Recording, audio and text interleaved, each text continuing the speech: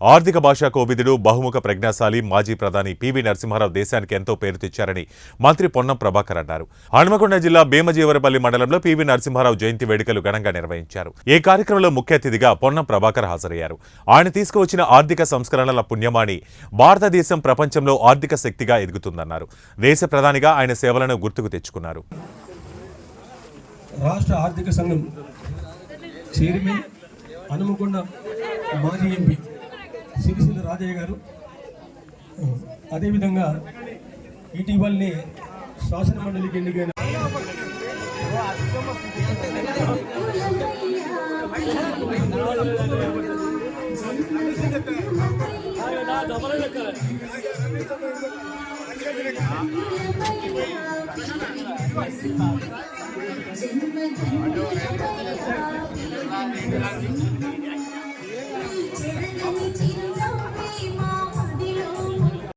జయంతి వేడుకల వాళ్ళ ఇంట్లో పాల్గొనే అదృష్టం జరిగింది. చాలా మంది నాకు కూడా హైదరాబాద్ లో నేను ఇన్ఛార్జ్ మంత్రిని, ముఖ్యమంత్రి గారు సడన్ గా ఢిల్లీ అయిపోయాడు. రాత్రి తెలంగాణ దగ్గర పోవాలా అని ఒత్తిడి వచ్చింది. ఎవరు ఫోన్ చేయలేదు, ఎందుకు అనుకున్నాను.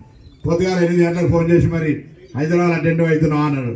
నేను హుస్నాబాద్ ఉన్నా, వంగర వద్దున 9:30కి ఎట్లా వస్తాను అని రానని చెప్పి నేను ఇక్కడనే వంగరలో ప్రతి సంవత్సరం వస్తా ఉన్నా. ఇక్కడికి వస్తే పెండింగ్ లో ఉన్నటువంటి పనులు, ఇక్కడే వంగారకు సంబంధించిన ప్రాంత ప్రజల సమస్యల్ని పరిష్కరించడానికి ఒక వేదిక ఉంటుంది, తెలుసుకోవచ్చు అనే మాటతో ఈ సందర్భంగా ఇప్పుడే ఆనాడు ఇచ్చినటువంటి కొన్ని కార్యక్రమాలకు సంబంధించి రివ్యూ చేస్తా. గతంలో చేసినప్పుడు మనం అప్పటికి ఇంకా అప్పుడప్పుడే అవుతా ఉన్నటువంటి సందర్భంగా ఇప్పుడు జయంతి సందర్భంగా ఒక హామీ ఇస్తా ఉన్నాం. భవిష్యత్తులో వంగార ప్రాంతానికి గతంలో ప్రకటించినటువంటి అంశాలు కానీ నూతనంగా కావాల్సి తీసుకొచ్చేటువంటి అంశాలన్నింటి పట్ల ప్రత్యేక శ్రద్ధ వహిస్తా. స్థానిక శాసనసభ్యుడుగానే మన సందర్భంగా అది ప్రీవీ కాలనీ వాటర్ ప్లాంట్ కావచ్చు, మంగళపల్లి రోడ్డు కావచ్చు, లేదా ఇతరత్ర అనేక అంశాలకు సంబంధించిన అంశాలను తప్పకుండా మదనన్న చెప్పిన స్థానికులు ఎప్పుడు కూడా ఈ గ్రామంలో నాకు మామూలు పరిచయాలు చెప్పురే రెడ్డి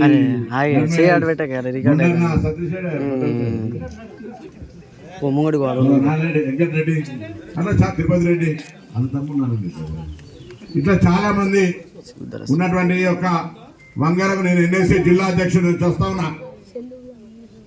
4 సార్లు వస్తే నాకు కూడా గత బుద్ధి రాకుండా కొద్దిగా బుద్ధి రావాలి. కానీ ఇవాళ నుంచి మొదలన్నా నేను కూడా మెల్లగా కటుత్వం తగ్గించుకునే ప్రయత్నం చేస్తే అట్లా లేకపోతే భయపడే కాలం లేదు. ఇవాళ వెనకనే నడిచింది.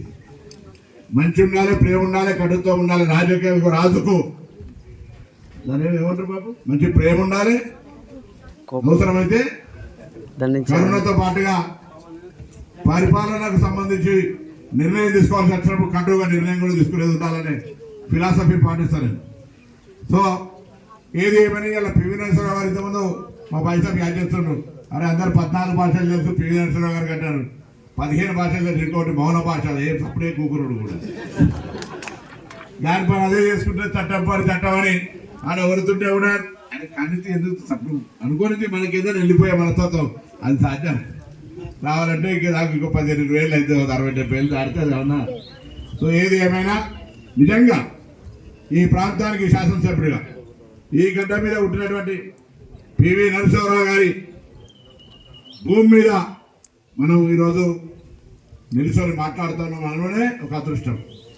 తప్పకుండా ఆనాడే నవోదయ విద్యాలయాలు, కేంద్రీయ విద్యాలయాలు, ఇంతకుముందు చెప్పిన భూ సంస్కరణలు, విదేశాంగ విధానం, ఆర్థిక సంస్కరణలు, ఏ అంశం తీసుకున్నా ఆనాడు ఉన్నటువంటి చాలా ప్రతిభావంతురాలైనటువంటి నాయకురాలు ఇందిరాగాంధీ గారు కూడా పివి నరసింహారావు గారితో కలిసి ఇంతకుముందు చెప్పాడు. ప్రభుత్వాన్ని నడపడంలో అనేక సందర్భాల్లో సలహాలు సూచనలు తీసుకునేవారు. మా రాజకీయ గురు చొక్కారావు గారు కూడా ఎప్పుడు పివి నరసింహారావుతో పివి చూసిన వాళ్ళ సభ ఏం చొక్కన్నా అని గౌరవంగా చొక్కారావు గారిని పిలిచేట వ్యక్తి పివి నరసింహారావు గారు. అవునా కదా సార్? చొక్కన్నా తప్ప ఇంకొకటి పిలిచేది కాదు. పివి నరసింహారావు గారిని కూడా అదే స్థాయిలో గౌరవించుకొని పరస్పరంగా ఈ ఉమ్మడి జిల్లా నుంచి నాయకత్వం వచ్చినటువంటి వాళ్ళు పెద్ద వెంకటస్వామి గారు కావచ్చు, పెద్ద సత్యనారాయణ గారు కావచ్చు, ఆ తరంలో వీళ్ళంతా ఒక సమకాలీన రాజకీయాల్లో వాళ్ళతో కలిసి వాళ్ళ దగ్గర రాజకీయాన్ని అవగాహన చేసుకునే విధంగా ఎందుకంటే నాకు పూర్వజన సుకృతంగా భావిస్తాను. ఎందుకంటే అందరూ కూడా మంచి పేరు గల నాయకులు, ప్రజా సమస్యలు ఓపికగా విని పరిష్కరించగలిగేటువంటి శక్తి ఉన్నటువంటి నాయకులు. అటువంటి నాయకుల దగ్గర మరి సహవాసం చేసిన, శిష్యుడికం చేసిన కాబట్టి తప్పకుండా ఈరోజు ఒక రాజన్న గారి లాంటి ఆశీర్వచనం మేర కావచ్చు, ప్రజలు ఇచ్చిన ఆశీర్వచనం కావచ్చు, తప్పకుండా నా శక్తిని అంతా ఉన్నటువంటి పరపతిని ఉపయోగించి ఎన్నికలప్పుడు ఒక మాట చెప్పిన మల్లన్న, హుస్నాబాద్ నియోజకవర్గం నిర్లక్ష్యానికి గురైంది. ఎక్కడికి వెళ్ళినా, రాష్ట్రంలో ఏ మూలకి వెళ్ళినా మాది హుస్నాబాద్ నియోజకవర్గం అంటే ఓహో మీ ఎమ్మెల్యే పొన్నం ప్రభాకర్ అనే గౌరవాన్ని వేస్తా అని చెప్పిన ఇవాళ గౌరవాన్ని వేసే విధంగా నా కార్యక్రమం ఉంటుంది తప్ప ఇక్కడ ఎవరు మాట్లాడినా మీకు తల తెచ్చుకునేటువంటి ప్రయత్నాన్ని, అవకాశాన్ని రానియాలని మనం చేస్తున్నాం. ఆనాడు నన్ను పార్లమెంట్ సభ్యుడిగా ఓట్లేసి గెలిపించారు. ఆనాడు కూడా తెలంగాణ పోరాటం లోపల ఇంతకుముందే పెద్ద రాజయ్య గారు చెప్పినట్టుగా మీరంతా ప్రత్యక్ష సాక్షులుగా నాకున్నటువంటి శక్తి అంత పెట్టి అందరం కలిసి తెలంగాణ సాధనలో ఎవరు కూడా మర్చిపోయారని కేసీఆర్ గారు పులినొట్ల తలకాయ పెట్టి తెచ్చినట్టాడు. మేము లేకపోతే ఢిల్లీ పార్లమెంట్ లా తెలంగాణ అనేటువంటిది ఏర్పడయ్యే ప్రశ్నే కాదు అని మనం చెప్తున్నాం. సోనియా గాంధీ గారి దయతో మీరా కుమార్ గారు స్పీకర్ గా ఉన్నటువంటి పరిస్థితుల్లో ఆనాడు ప్రతిపక్ష నాయకులుగా ఉన్న సుష్మా స్వరాజ్ గారు కావచ్చు, అలా అందరం కలిసి తెలంగాణ ఏర్పాటుకు ఈరోజు కళ సాకారం చేసుకున్నాం. పివి నరసింహరావు గారు కూడా మరి తెలంగాణ బిడ్డగా ఈరోజు రాష్ట్ర వ్యాప్తంగా తెలంగాణకు సంబంధించినటువంటి జిల్లా లోపల వారికి నివాళులు అర్పిస్తా ఉన్నాం.